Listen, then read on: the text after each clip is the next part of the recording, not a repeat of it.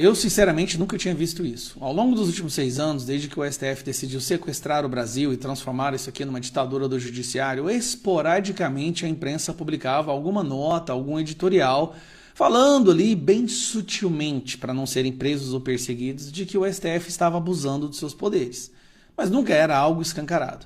Nas últimas semanas, praticamente todos os dias, nos editoriais e artigos de opinião da maior imprensa brasileira, chegando até mesmo a Globo, nós estamos vendo artigos delatando o STF, falando que o STF virou uma corte da exceção, de perseguição, desrespeito e de abuso. Hoje, só hoje, foram 4, sim, hoje eu digo dia 8 de dezembro, foram 4 artigos de opinião e um editorial. Então tem esse aqui da Lígia Maria, com o liminar de Gilmar, STF está nu. STF está se paquistanizando, gente. Isso aqui é na Folha de São Paulo. Paquistanizando. Olha o adjetivo que o cara usou. Gilmar, Master e Lulinha ilustram o poder da blindagem. Agora, esse aqui, que é a opinião do Estadão, esse foi o mais pesado de todos. O Supremo está com medo. Com tentativa de limitar a possibilidade de impeachment de ministros, o STF afirma, em essência, que precisa se proteger do resultado da eleição para o Senado e evidente disparate. A liminar do Gilmar Mendes, que reescreveu o rito de impeachment de ministros do Supremo Tribunal Federal, marca um divisor de águas. Não se trata de interpretação, mas de mutação, ou melhor, de mutilação constitucional. É o eufemismo para golpe, tá? Por canetada.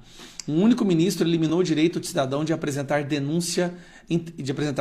Entregou ao Procurador-Geral da República um monopólio acusatório inexistente na Constituição, elevou o quórum do Senado a patamar impraticável e aboliu o afastamento cautelar do acusado. É difícil imaginar gesto mais despudorado de autoblindagem e mais contrário ao espírito republicano que o Constituinte pretendeu instaurar. O ministro se justificou dizendo que a lei do impeachment de 1950 está caduca. Ora, leis não caducam, a não ser que o legislador resolva mudá-las. A lei do impeachment, aliás, atravessou regimes, resistiu às crises e nunca foi considerada incompatível com o Estado de Direito. Tampouco há histórico de perseguição. Nunca houve impeachment de ministro na história republicana moderna. Sugerir risco sistêmico ou ataque ao Estado de Direito, que é o que eles sempre usam, é transformar divergência política em ameaça existencial. Expediente típico de quem deseja blindar-se contra toda forma de controle.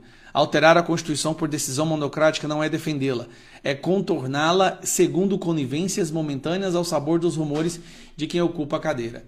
A motivação real não é o temor de um golpe imaginário, é o calendário eleitoral em 2026. 2/3 do Senado serão renovados. A liminar nasce desse medo. É a primeira vez que a Suprema Corte afirma, em essência, que precisa se proteger do resultado de uma eleição. Olha, a Corte que defende a democracia precisa se proteger do resultado da democracia. Isso não é proteção institucional, é blindagem contra a democracia. Mais uma vez, isso aqui é um eufemismo para golpe de Estado. E implode os freios e contrapesos que impedem que qualquer poder se torne absoluto. Ao criar o monopólio acusatório do Procurador-Geral da República, figura escolhida em um processo politicamente condicionado e hoje dependente do beneplácito dos próprios ministros, ou seja, são os ministros que ajudam a escolher o Procurador-Geral da União, a decisão retira do Senado sua competência privativa e esvazia o princípio republicano da responsabilidade difusa. A Constituição define quem julga, mas não restringe quem acuse. O silêncio é proposital. O impeachment é instrumento político cuja porta de entrada não pode ser trancafiada por um único ator estatal. Concentrar esse poder num só agente é transformar o controle externo do judiciário em ficção e reduzir o Senado a um anexo consultivo. A manobra integra um padrão.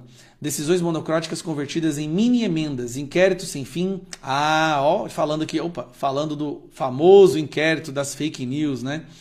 Inquérito sem fim, censuras cautelares sigilosas, permissões éticas autoconcedidas, interferências diretas no Congresso. O abuso deixou de ser exceção e virou método. Nenhuma democracia pode sobreviver quando um dos poderes assume simultaneamente o papel de juiz, parte e guardião da sua própria responsabilização. O país assiste estarrecido a construção de um poder que opera por fora das regras, que exige que todos os demais cumpram um movimento que ecoa, se não nos métodos, na lógica, o apetite tutelar das Forças Armadas do século XX. Uma corporação não eleita, outrora com farda positivista, agora com toga iluminista, que se impõe como arbítrio supremo da política, altera as regras do jogo e intervém nela em sua conveniência. Bom, aí continua falando, né, que o Brasil precisa de um Supremo forte, não de um Supremo absoluto, sem autocontenção, sem limites. A liminar não protege o Estado democrático de direito, protege o Estado contra o direito. Não salva a democracia, desfere-lhe um golpe fatal.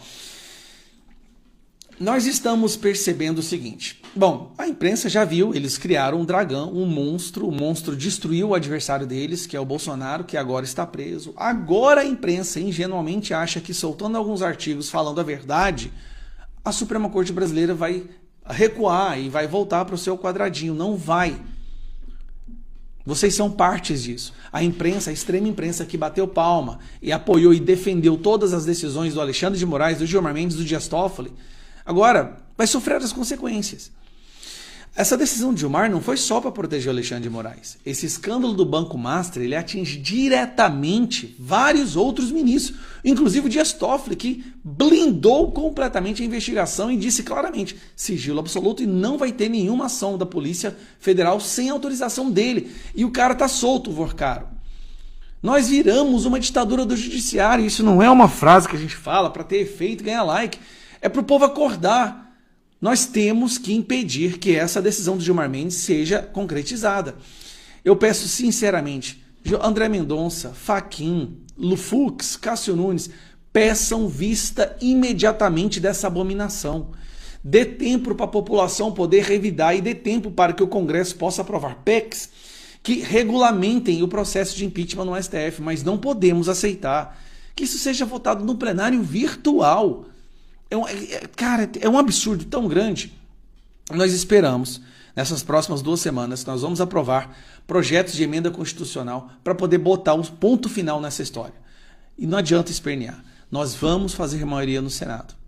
E com maioria no Senado, nós vamos resgatar a democracia brasileira e vamos responsabilizar aqueles que transformaram esse país numa ditadura.